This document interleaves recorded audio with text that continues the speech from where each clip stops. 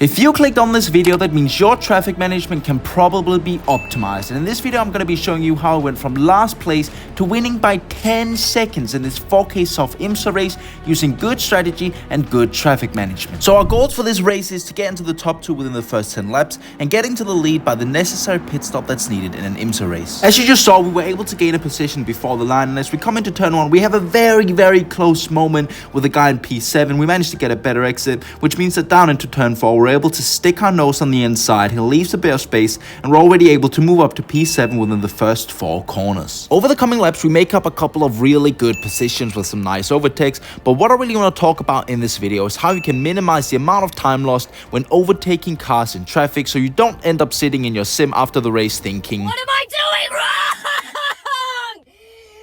Moving on to lap 4, we've caught back up to P4, and you can see we go for a very late lunge down the inside. We just about make it to the apex, and this is where the traffic starts to come into play. As we're weaving past the traffic, we go for a very late lunge down the inside of the same corner we did just the lap before. You can see on the replay that this Ferrari actually ends up taking out the guy who we were overtaking. Moving on to just 1 corner later, we actually use the traffic to move up into P2 within 5 laps of the race starting. Now this is where the hunt really begins. You can see we go for the inside as P2 goes wide, and we actually end up going 3 wide with this traffic car who's blinking a bit, which is a bit scary, but we get a better exit and we move up into P2, and this is where the hunt begins. At this point, the leader with 7,000 I rating had pulled out a 5-second gap, and it was time to start chasing. Luckily, I was more efficient with traffic, and this is an example of why. In the fast chicane in the middle sector, he lifts off to give the GT a lot of breathing room. Now, it's fine to give the GTs some breathing room to make sure you don't have netcode or a crash, but this is simply too much. He could have easily been 2 to 3 car lengths closer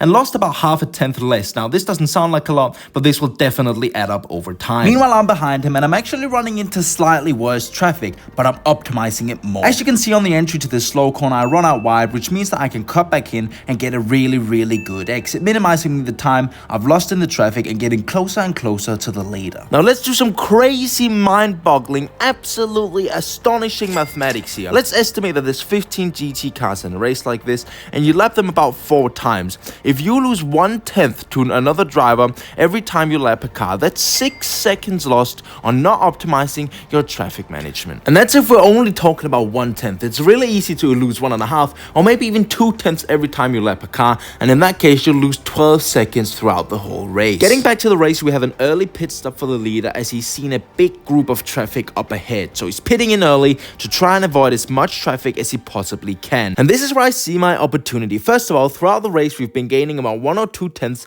every time we've lapped a car. So that means that the big group of traffic coming up won't be as big of a problem. Second of all, our car is going to be way lighter since we've not pitted in early for fuel. So there is potential in doing an overcut with this strategy, but it's not going to be easy. So here we have Marcus Schlong, who's trying to do the overcut on the previous leader, but he's got so many cars to negotiate in terms of lap traffic. So as we go through the lap traffic, we're running into more cars than I was expecting, and I'm starting to wonder whether it's the right strategy we're actually on. The only thing we can do is go as fast as possible and hope for the best. As you can see here, we're still optimizing the traffic, taking a wide entry line so we can get a really good exit on this GT3, and we actually barely end up losing any time lapping this GT3. Now, we've talked a lot about GT3s, but we've not really talked about the LMP2s. The LMP2s and LMDHs has the same braking distance, which means that there's basically no reason trying to outbrake an LMP2 into a braking zone. Instead, what I would do is I would stay behind the LMP2 car for the corner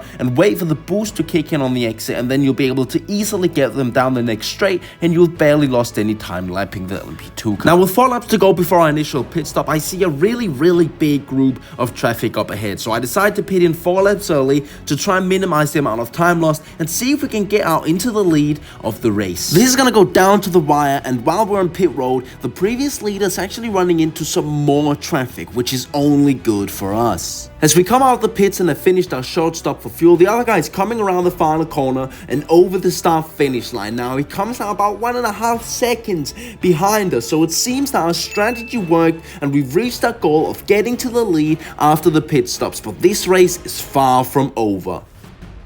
No, never mind, I'm taking the piss. This race is over now. On the last 12 laps of this race, we end up pulling a 10-second gap on the 7,000 iRating pole sitter, and with the victory firmly in our hands, I hope you found this video useful. If you did, I would appreciate a little sub, and I'll see you in the next one. Bye.